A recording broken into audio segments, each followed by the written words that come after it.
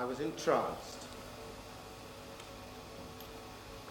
I was entranced by the delicious dynamic of this dream's extreme circumstance.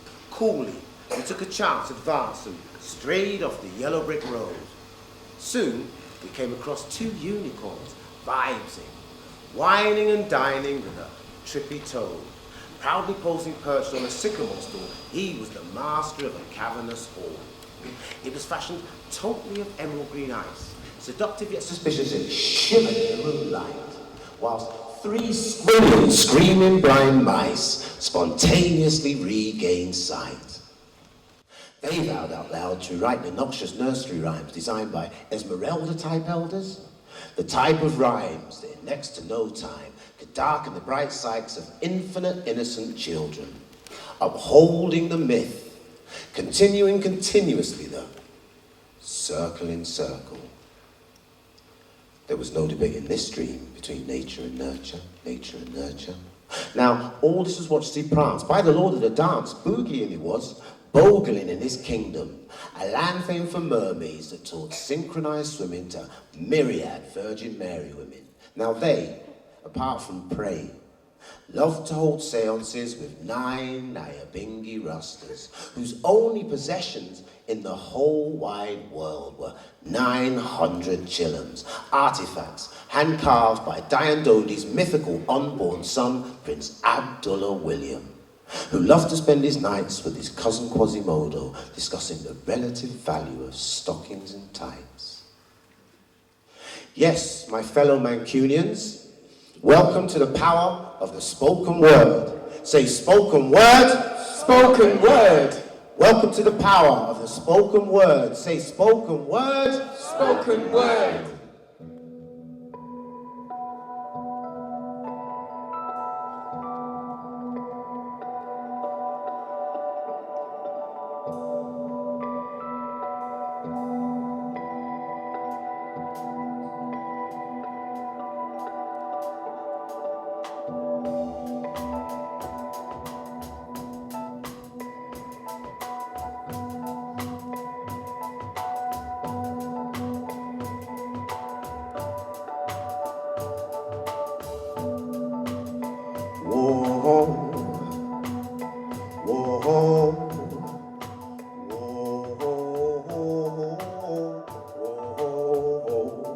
Trust 86 was humming, conjuring vibes like Mary J. O'Pine.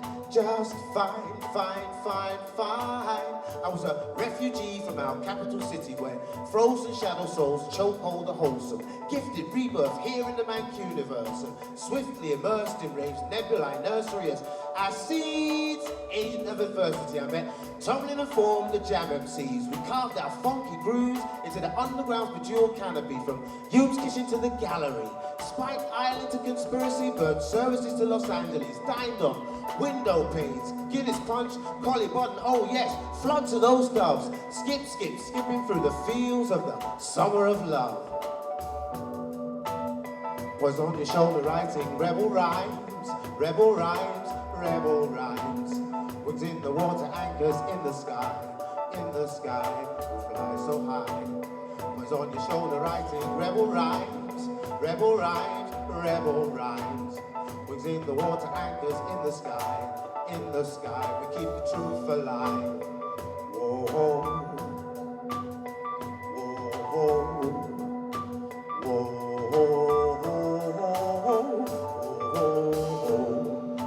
Bodies jacked till we lost all track of time. Next I knew it was 1999. Design and karma crafted new pastures. I read an article in The Guardian that sparked my inner marksman. The target, the new Eureka griots, unfolding artistic avalanche. Garfield, myself, Shagan and Barney were in harmony. Events with a bent for ethnic artists was marvels and chances of mastering the magic carpet. Sharpish, we weaved our own terrific tapestry, and the beast of speakeasy was unleashed. Was on your shoulder writing rebel rhymes, rebel rhymes, rebel rhymes. Was in the water, anchors in the sky, keep the truth alive. Was on your shoulder writing rebel rhymes, rebel rhymes, rebel rhymes. Wings in the water, anchors in the sky. Keep the truth alive. Harvesting a movement that was magnetic, attracting might fiends like iron firing words and verbs rarer than a dodo's feathers. Out of poets' mouths, hotter than Vesuvius' center. Get you wetter than a September weekend in Manchester will get you. Eject revelers later than that, touch your headmaster kept you. Speakeasy's force was courted, just like a bootlegger seller in the Prohibition era. Our poetic insurrection is compelling as the legends of Sun Ra and Fela. Whoa, whoa, whoa, whoa, whoa. Was on your shoulder writing rebel rhymes, rebel rhymes, rebel rhymes. Wings in the water, anchors in the sky, keep the truth alive. Was on your shoulder writing rebel rhymes, rebel rhymes, rebel rhymes. Wings in the water, anchors in the sky, keep the truth alive. Whoa, whoa, whoa, whoa, whoa.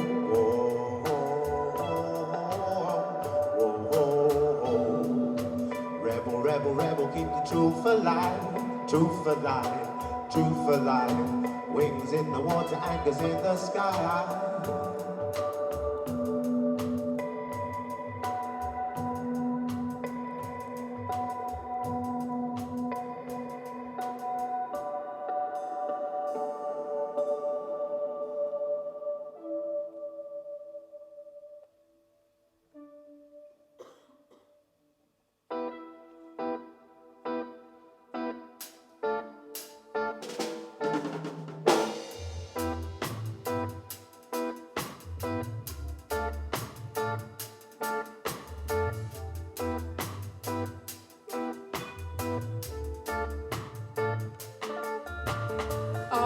Mummy warrior, going speak now.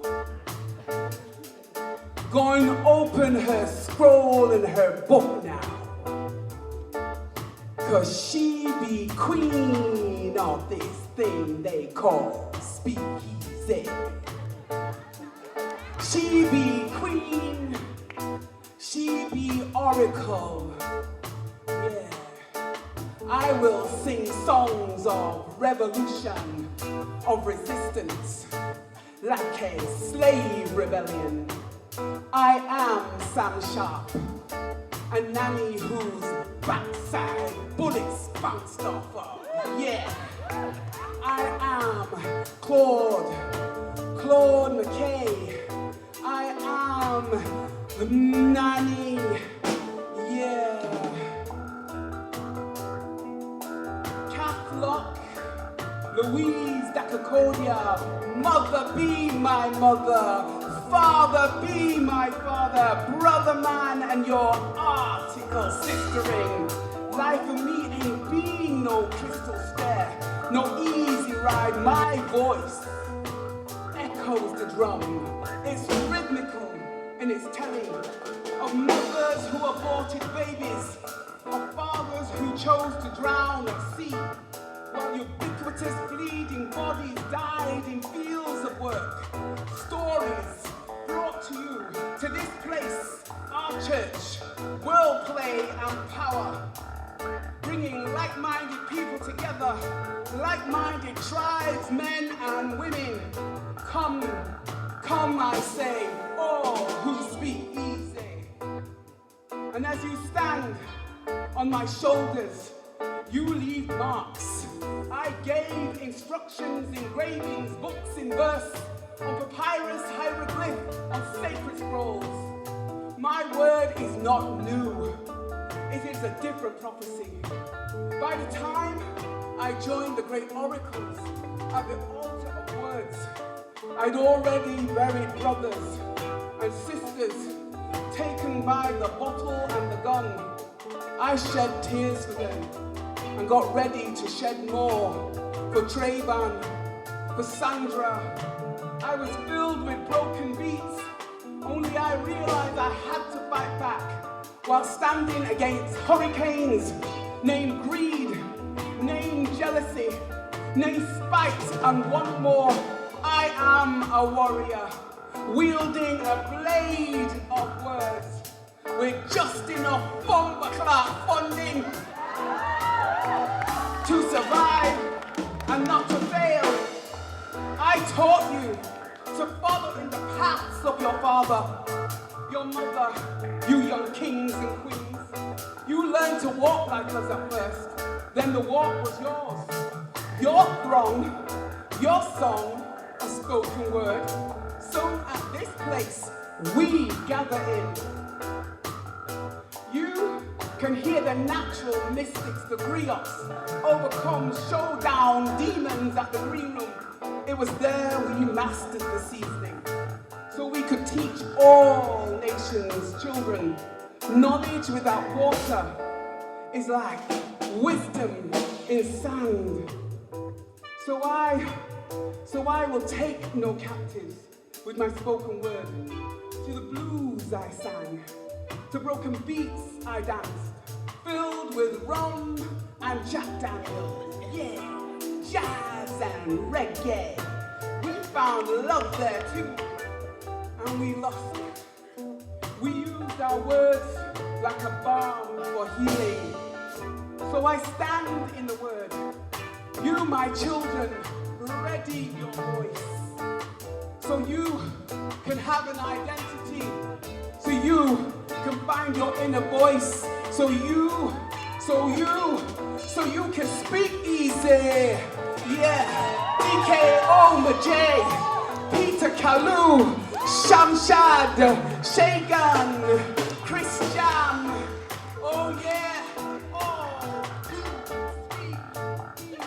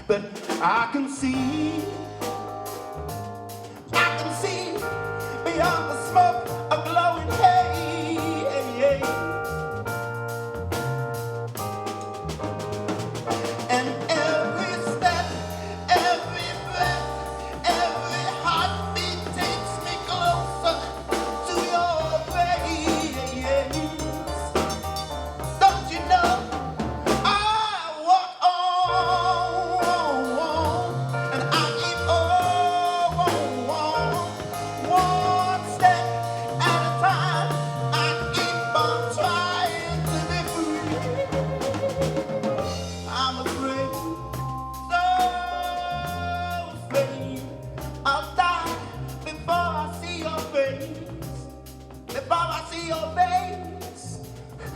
afraid, so afraid.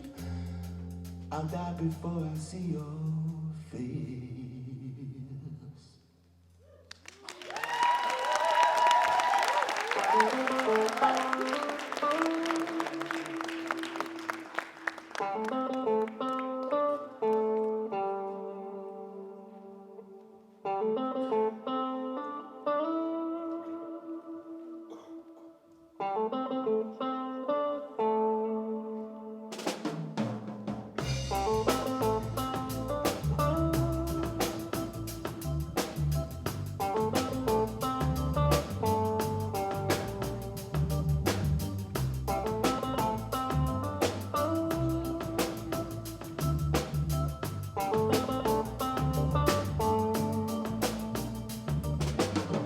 We will remember this as memories tangle, fall and kiss, and shadows of the things we knew flutter briefly into view. Tonight we will remember these spirits caught in plastic trees, the humming of the power line, the hunter on the empty train, the state of the case we made for unity, for love, for rage. We enlightened, frightened, took the piss. Tonight we will remember this.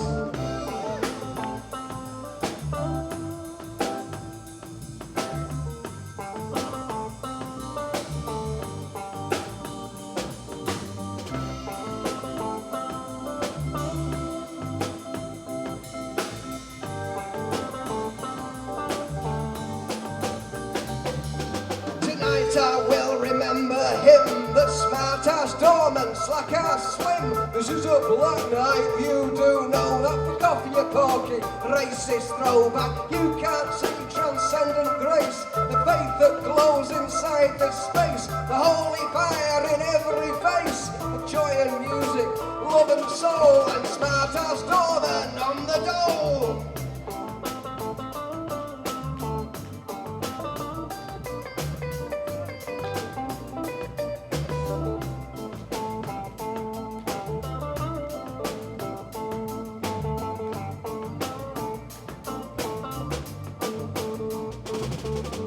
Did not know I'd seen the future trapped inside the arches, textured tales of the eyes-out butcher, nonsense talk before the picture, breathing new wells into life while ghosts still rattle in the hive.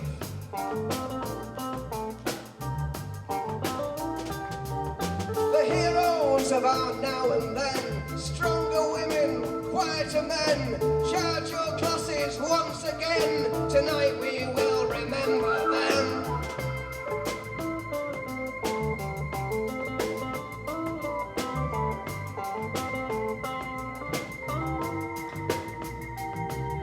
Tonight I shall remember this, the green room dimmed and bottomless. Our words still echo in the barber, running with commuters chatter.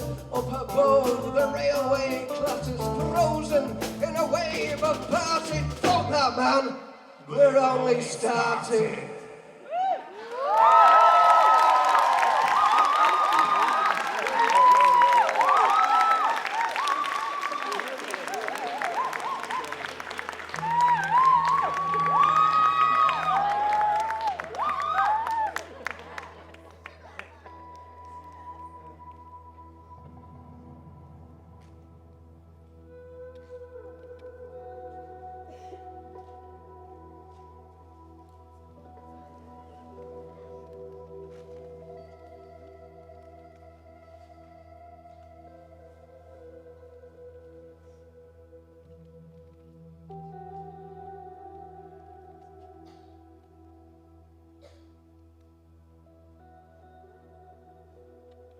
Those among us that spark good, those seasoned like the land itself,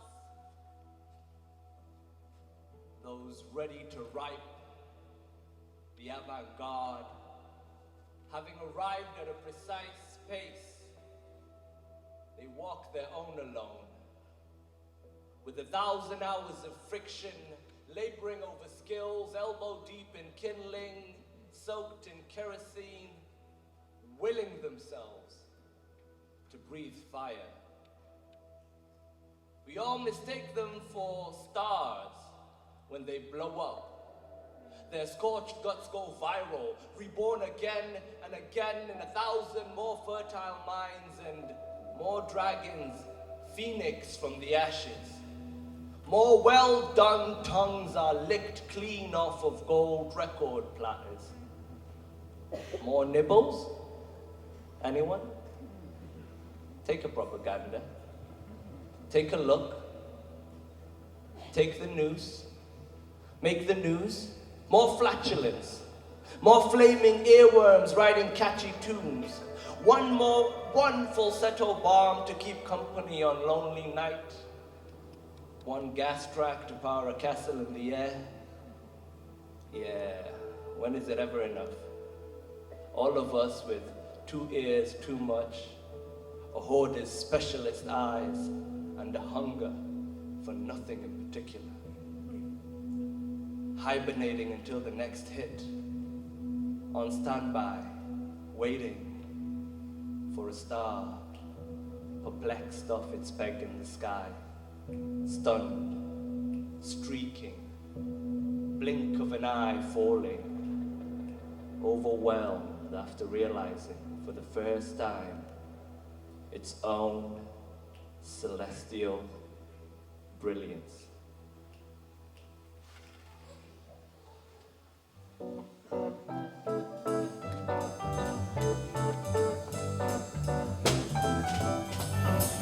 We are the scrolls. We are the scrolls of Soul Saul young. The deeds of the last poet. The cries. We are the cries of Katie Tempest. Kate Tempest. We are. We are.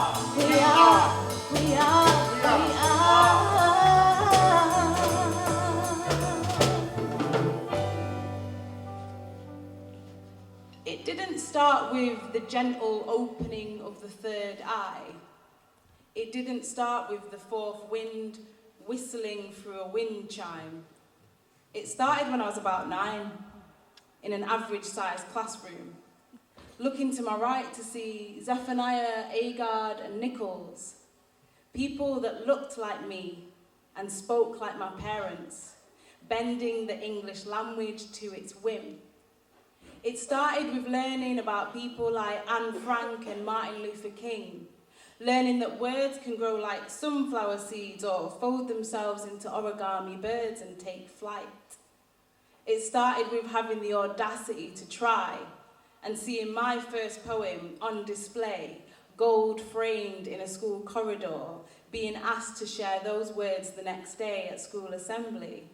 It started with the prickling of ears. It started here.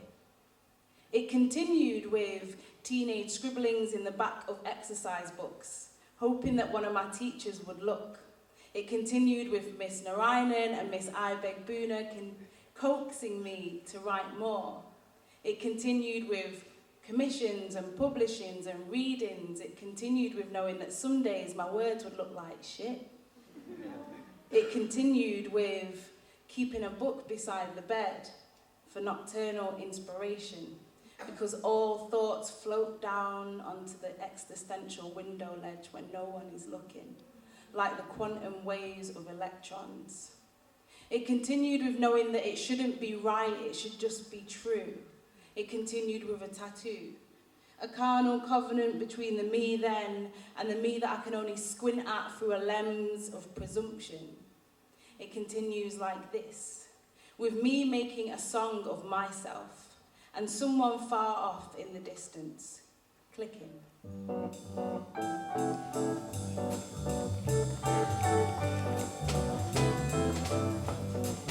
We are the edge. We are the edge of The Lamsisset. lenses. We are the face. The base of Linton Kwesi Johnson. We Jazz We are the jazz of Mary Baraka. of a Mary Baraka. We are. We are. We are. We are. We are. We are.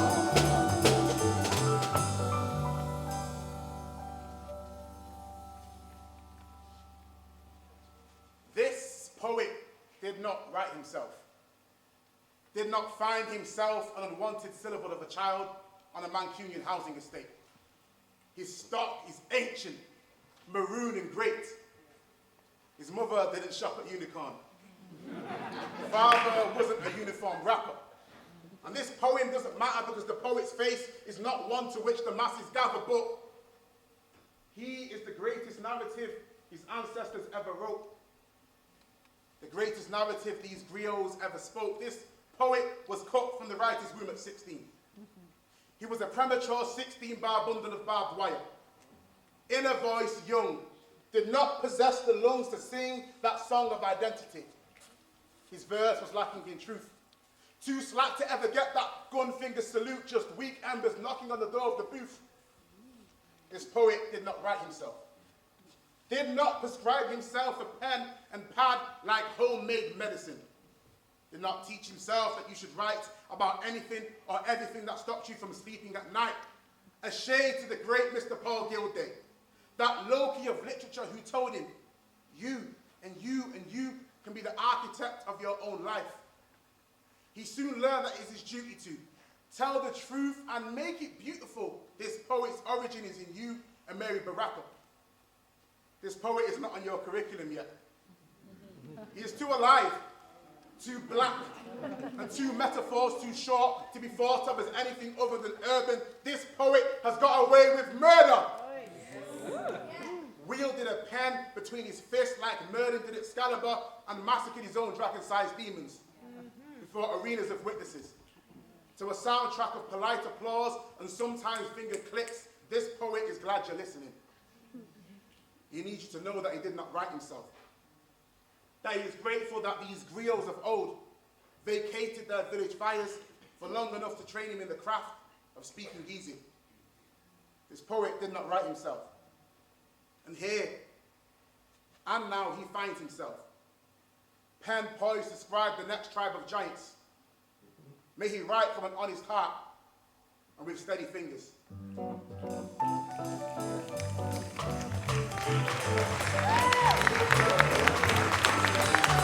We are the children. We are the children of of Shirley Shirley May. May.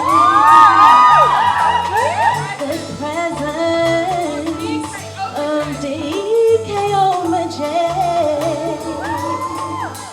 We are the cry. We are the Gakase of Ali Gadema. We are. We are. We are. We are.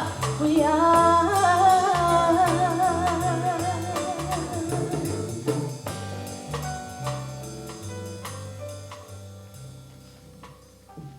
Call out for a hard-hitting poet willing to challenge the topics of today.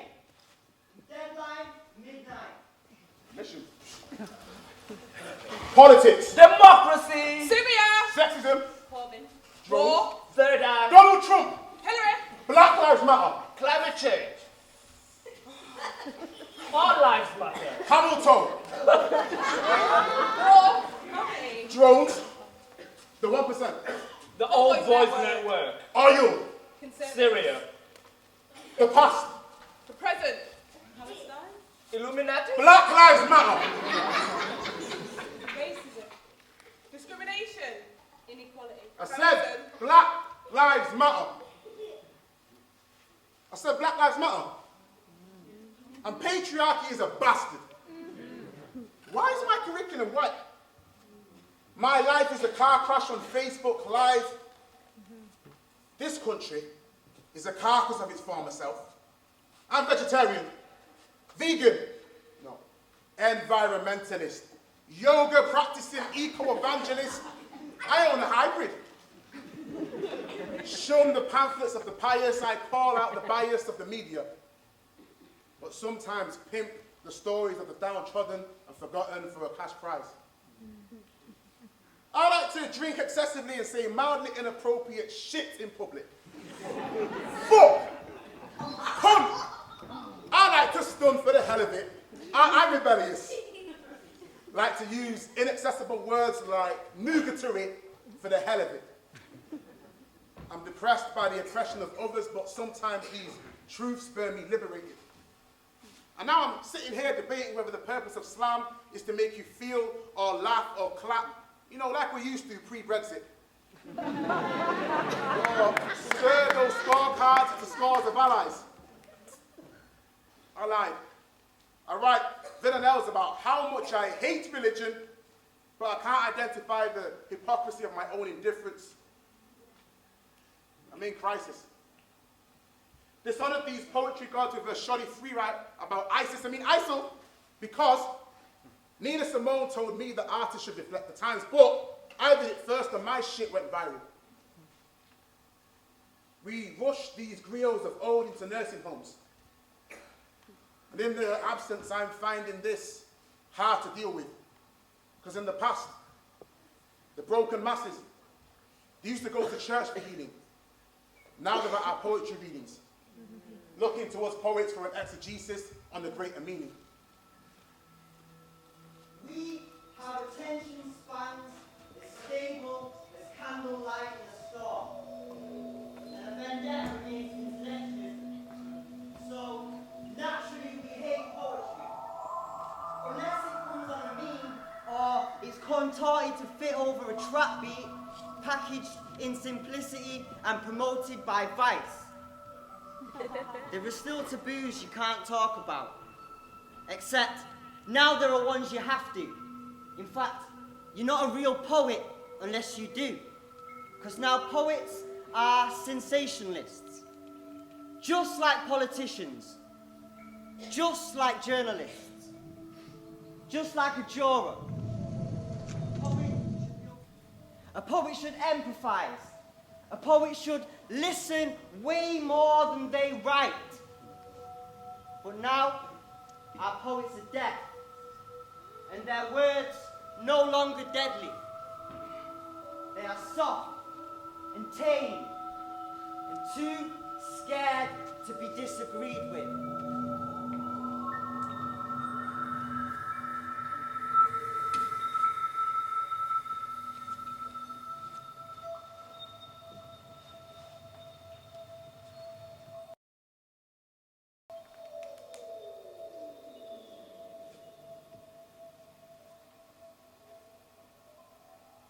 Vulnerability knocked at my door. Jealousy stroked my hair. Paranoia became my mind's lover. I wrote a letter to worry and signed it with fear. On a misguided pathway with malicious roots, a bundle of confusion with a lack of direction, I have seen it all. The complexities of trying to connect to the terrestrial universe. Sat in animated living rooms, smoking freedom, snorting intricate dreams, drinking utopia, denouncing the creator. Perfectly prostrated, I kissed my internal genocide. So I meditated. I was spiritually checking out, unaware of what spirit was checking in, so I burned sage for cleansing. I prayed. Barefooted, I stood on the grass outside and I earthed myself. Life is funny when you realize you've lost everything and you are your own next of kin. But for the first time I could breathe, not physically, but mentally. So I write to escape the soulless machines that march in unison. As we have systems that we are unable to believe, as they are wrapped up in metaphor of conspiracy. Ultimately, we have made man God. Paradox to our teaching, we find snakes eating at our dinner tables with the reciprocal kindness that they hope to present. But we are hedonistic consumers unable to connect. It is like God has put on his darkest sunglasses and his ears are no longer ordained to hear our cries. So I pen my existence on paper, hoping that he could still read.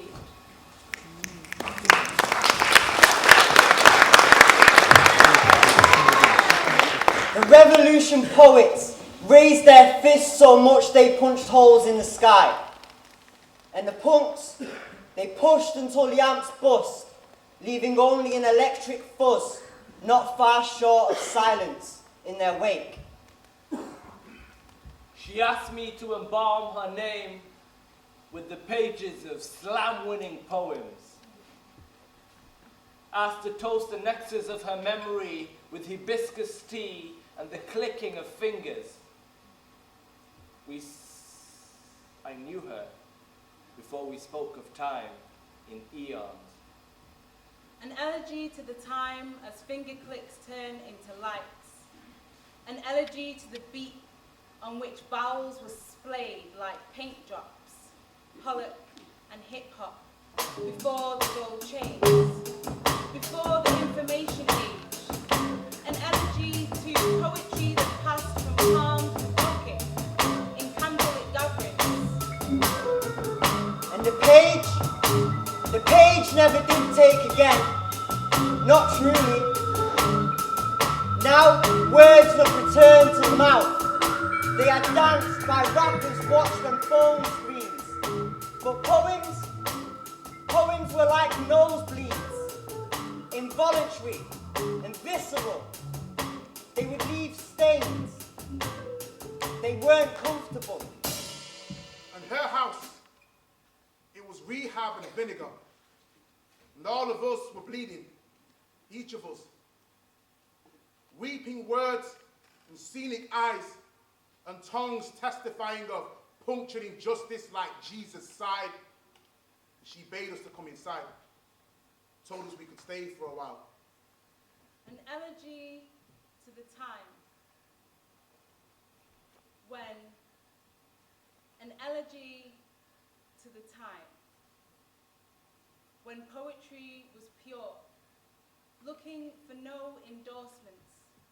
An elegy to the time when the truth wasn't a virus, a digital infection. It's catching until we find a cure.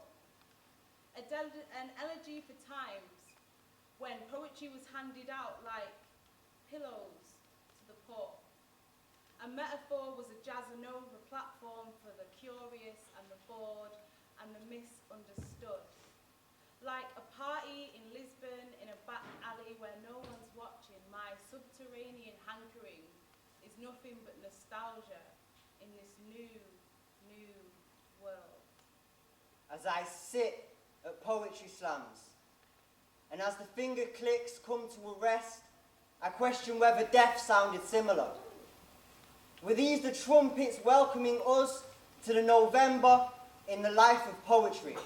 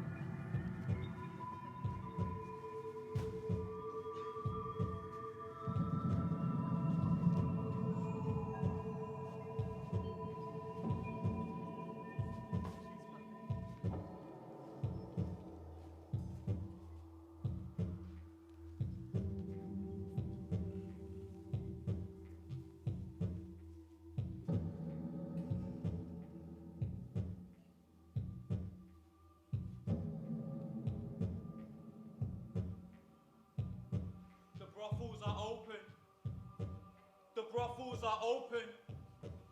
The brothels are open, your pockets are swollen, your profits are stolen, you horrid and broken human. Your prayers, they are air, they are comical, hopeless, He cannot hear you through your smoking, coughing and choking, for you've angered God, done a lot to provoke him, and now you feel the need to repent.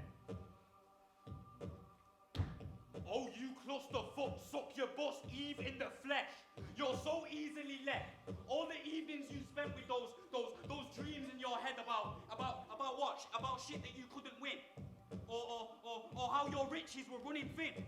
Well, I think stitches look good in skin, and I write books with blood as ink. Oh, you better bet, if you like, your head.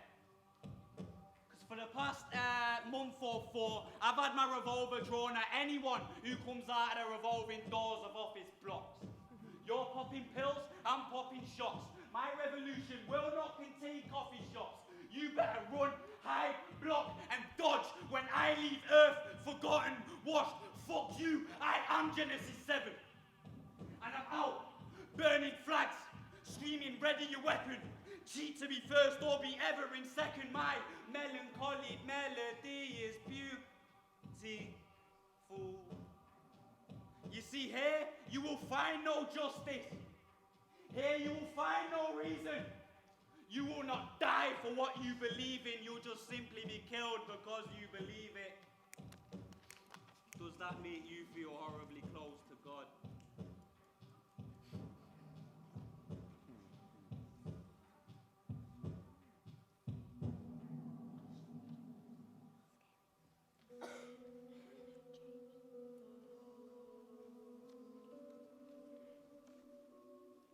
I see a generation of indifference.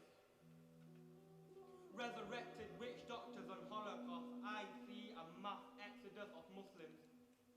Dark rainstorms and the clear skies, and people will be begging to borrow the tunic of Hercules. Death will sing, and people will dance macabre. And Facebook will be our only obituary. I see a generation of indifference, where we break the glass of our porcelain hearts, and refugee camps will now become cemeteries, and a graveyard can now be found in the place of a Syrian playground, and a heartbeat slowly becoming sacred in Palestine. I can almost taste the last pilgrim in Mecca. I see a future where we realize that the night is not the only time of darkness, but the day will shed its own form of hell. I see a future where we can no longer distinguish between the heroes and the villains, and the truth spoken by the generation before us will be hidden. The opposite of love isn't hate, it's indifference.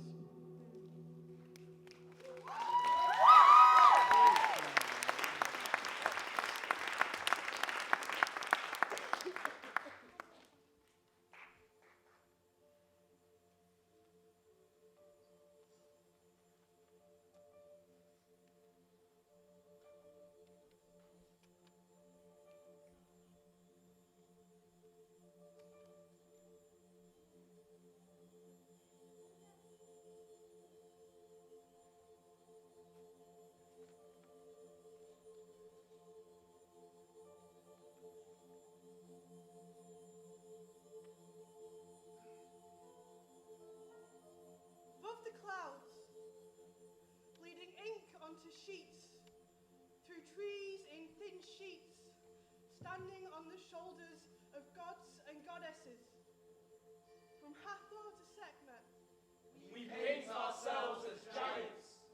If I could stand on the sacred night of the sacred month and give choreographed prayers, I could remove my filthiest layers. We paint ourselves as giants. Instead of penning every uncried tear, streaming down the driest eyes, burning in the prettiest fire, I could learn what it takes to be free and understand that tears teach us to smile.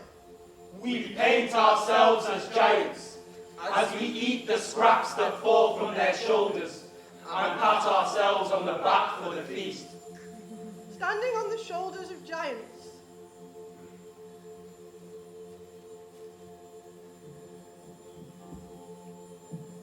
be the greatest place to perish. Wearing the blood of my predecessors,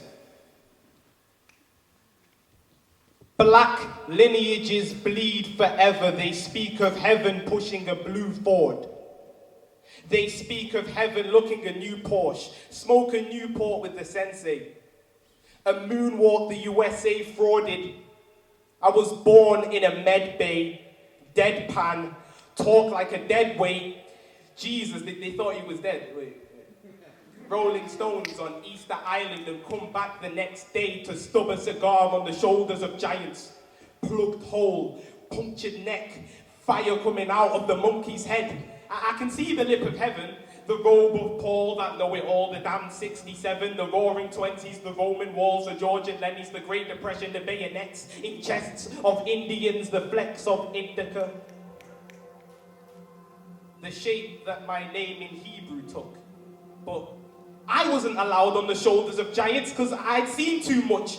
Persian honey, dirty money, the damaged fable. He who wrote the parable, I am the angel on the shoulders of giants, telling them to fall.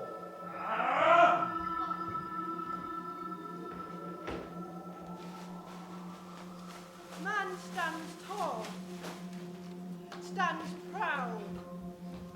He's a rock of a man, a boulder of a man, a mountain of a man. He speaks and the earth quakes. The world bows and buckles beneath the weight of him. He speaks and the earth listens, breaths held awaiting his instructions. They stumble over timid feet, choke on stammered syllables and fatted tongues that the right man, like words, may please.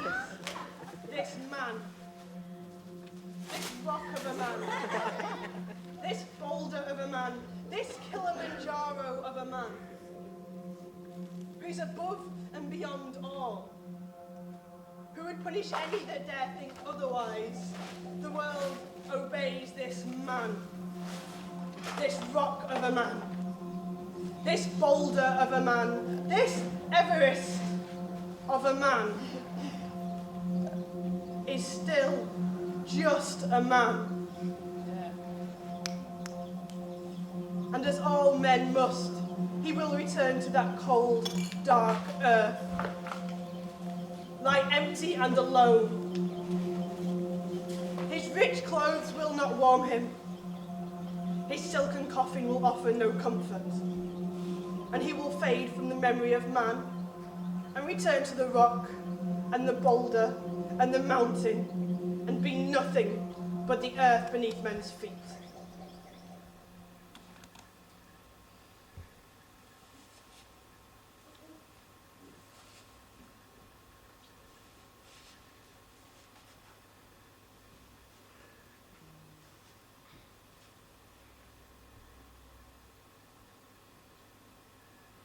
She is a giant in human clothing, the type that could crush hearts or cities with her footsteps, but tread so lightly that the blades of grass beneath her feet barely bend.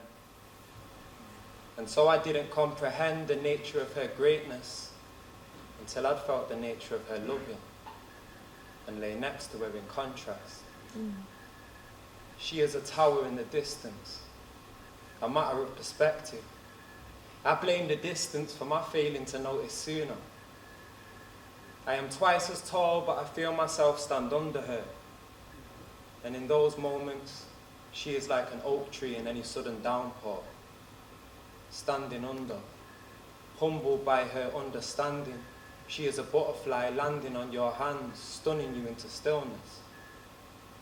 I bowed at the altar of her divinity, and she was the cleaner who walked through the pews and reminded me the dangers of worshipping false idols, reminded me that when she found me, then too I was on my knees. Nobody's perfect, she tells me. She doesn't claim to be. She doesn't need to be. She is a giant.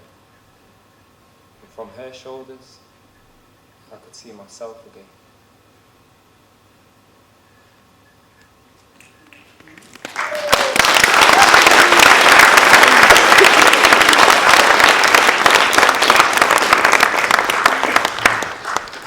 come. So come. Without the past, it would not be fair to present the future. For days of rubble gone, form kingdom come. Now, this is the moment that blesses me. And from here I can see the same unity in I, the same unity in we. We've been pushed to the outskirts, yet still we stay hopeful. North, east, south, west. We are many. We are blessed.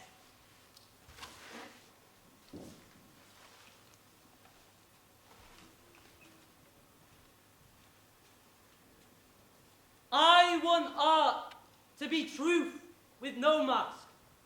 I want art to be cascading revelation, the sensation that pierces through the illusion. I want art to be the voice of the voiceless. I want art to discharge the marginalized and erase lined paper. I want art to be shameless, to regain a world where words quake the faithless and shake faceless fact men. I want art to be transparent. I want art to be justice, the flower spurting from the soil of gunpowder, the blade of grass that cuts through the heart of the faceless suited man. Art is a suffragette, and I want her to protest, resurrect our inner child, cleanse polluted lenses and strengthen our senses. I want art to be a mirror. I want it to be an answer even when no one's asking questions. I want art to be naked. But not shivering or ashamed. I want art to be the key to the door they try to hide. I want to pour art into hollow bones, for art to encode limestone with her DNA, inflame the featherless, confess her cleverness. I want art to recollect our home. I want art to be me, you, him and her. I want art to be divorced from money, and the artist to hunger for truth rather than wealth. I want art to be the eye of the storm that sees the sun shining over the hill. I want art to be everlasting, echoing in the halls of dead cities. Art, the Messiah, the divine loom who knits our fingerprints, unstitches lips, inhabits twitching wrists and flinching fists and harvests sweet acoustics. The nymph who swims in our saliva and summons inhibited spirits. I want art to be important, Notice. a dream that carries on in a day. I want art to be a solution. I want art to be meaning. I want art to be a breath of fresh air in a room of deadly fumes.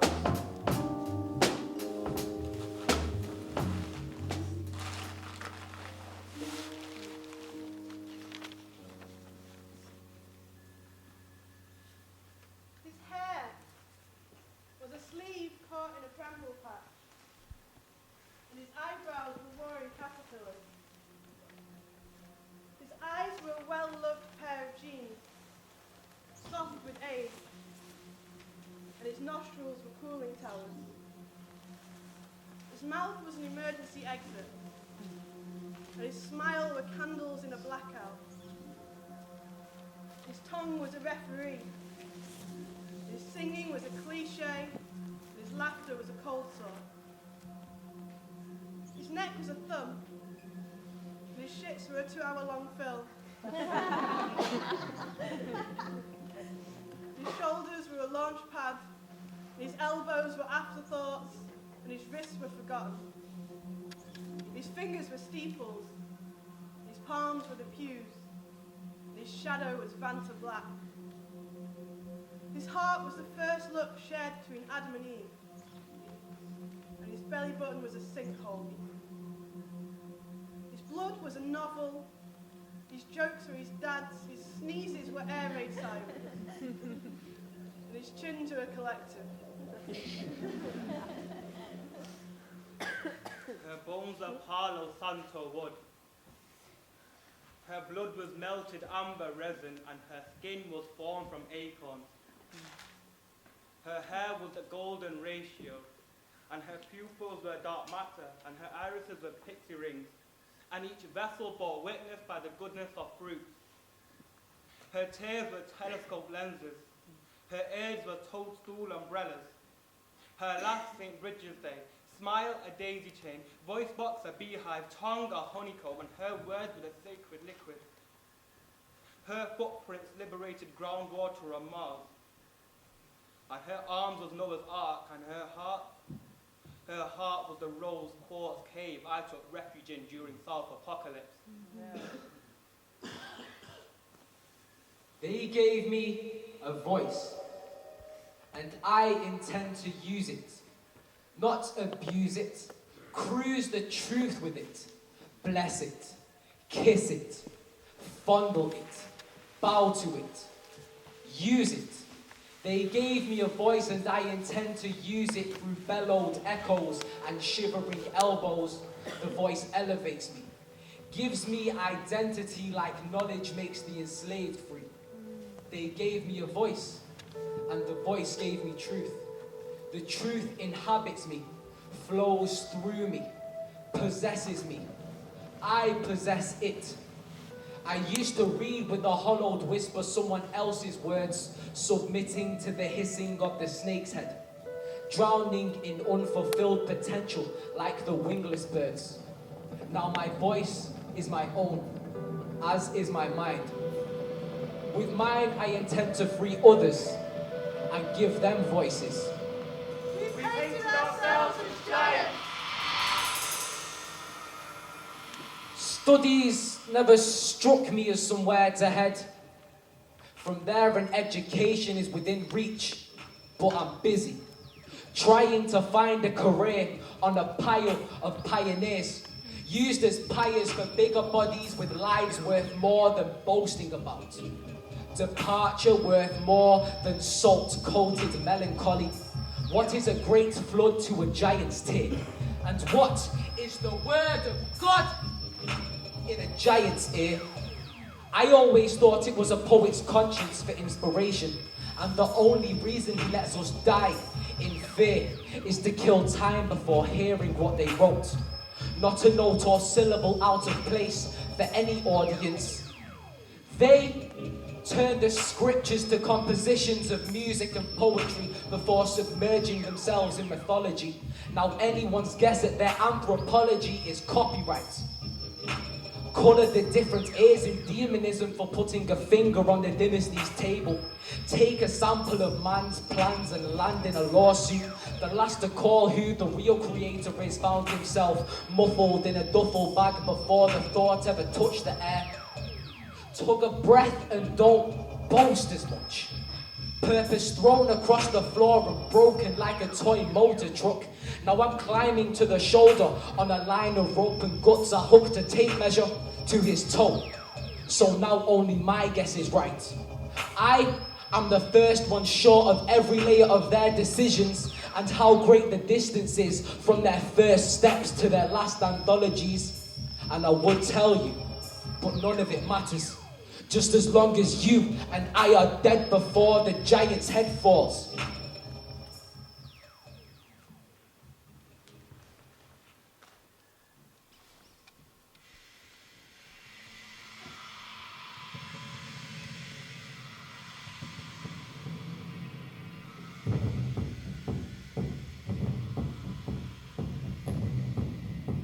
They've been writing their books in the prologue of Genesis. They've been playing God for so long, they forgot the game was entertaining. 8 strings dangling from fingertips to puppets as pursed lips whisper enchantments to an open mind. In time, their arms grew tired, the strings thinned out, and they traded a monopoly for coppers. A robbery of honor, but even gods have to retire one day. I earned my way, standing on the shoulders of giants to see what they see. But I've climbed for so long, I no longer see my home. These ants are scrolling over rotten promises and foul fumes of a doomed future. They run in circles, evading bullets from the turrets of foreign, dodging tacks on the backs of slackers, tackling insanity and depravity until they have nothing left to lean on but a whim and a pheromone trail. These giants, they're sick of these endless circles of negligent suicide that they're forced to call historic, so they show me the ropes until I become the puppet master. They teach me the language that dribbles gold. They teach me the language to make masses look up from black mirrored pixels so they know the worth of words. Maybe one day our nature won't incubate in a 3D printer. We won't have to make new excuses for old traditions, and maybe we can all afford Freddos.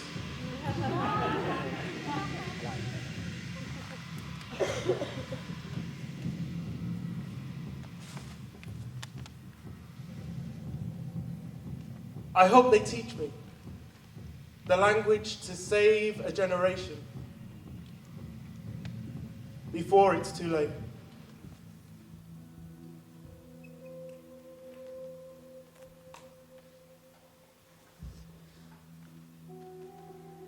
From here, I watch the stars as they die. Raised all the way to this moment through a series of acts of defiance.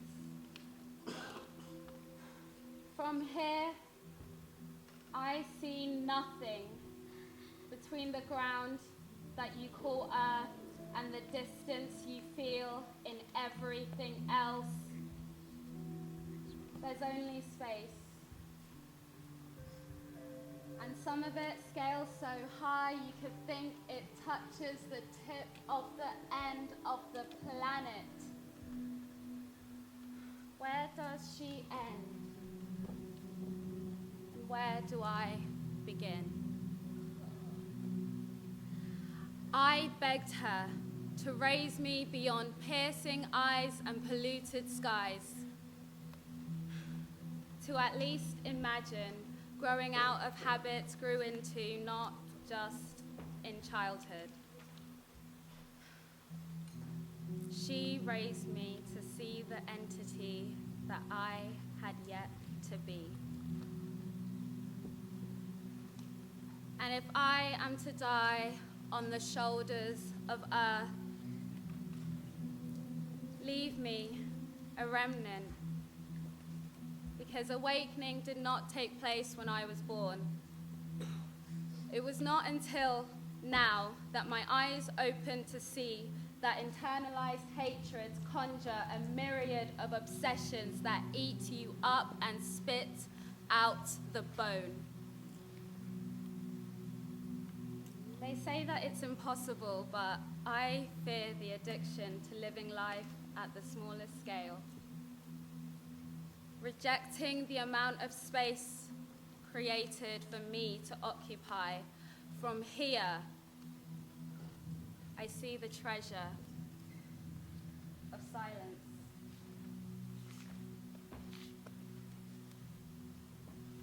And if I am to die on the shoulders of earth, leave me with a remnant. Pieces of moments wrapped and gifted into a story to tell. For we are all of us. Stories to be told.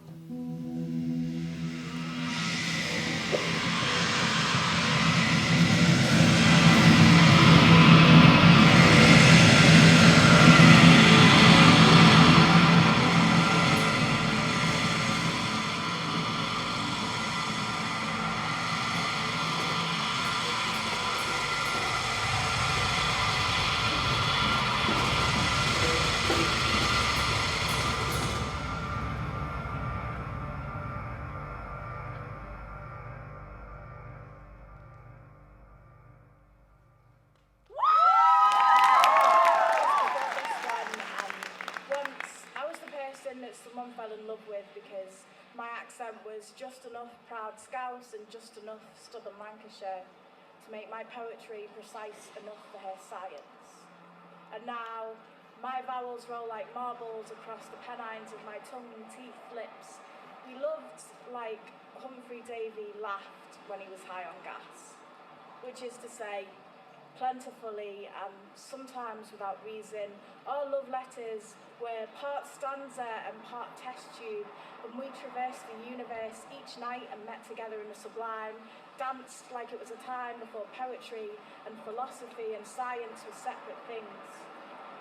She smiled particles and personification, and all the metaphors that we would come to learn about the Milky Way could never beat the day she turned to me to say that I had a laugh she wanted to bottle up and show her grandchildren, so that she could tell them that once she was the woman that someone fell in love with because her eyes were blue enough to search the skies for answers, but green enough to remember to come back down to earth in time to dream.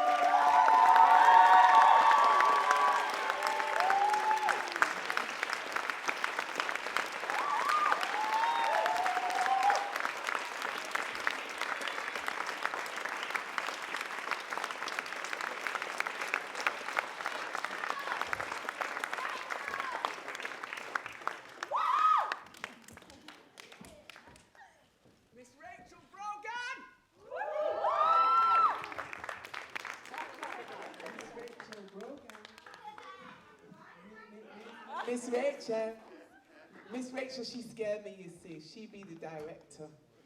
And not many people scare me, but she scared me. Good. She did.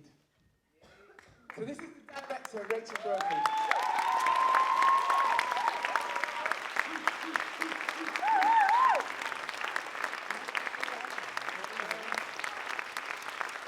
There's lots of wonderful people to thank. This marvellous stage was set by a wonderful woman called Sid Pantry and Lorna. We were to hire some trees, and anyway, there's a long story around the trees, but all of this was them, and I don't know where they got it from, but thank you.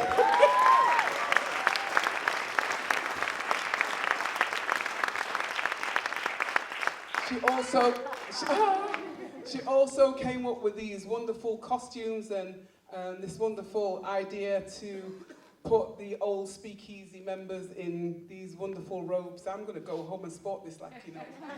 This is my new dressing gown. Courtesy of Common Word. So there's lots of people to thank. There's Common Word and Contact Theatre. We are funded by the lottery and the Arts Council. So there's lots of people to say thank you for. Mostly, we want to say thank you to this wonderful, wonderful group of young people.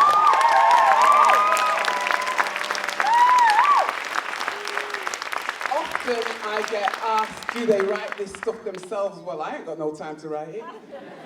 I ain't got no time to learn it. I'm too busy running up and down and getting trees. So I just want to say a massive, massive thank you, and I'm sure that the young people have got presents and things to give to the different people who have done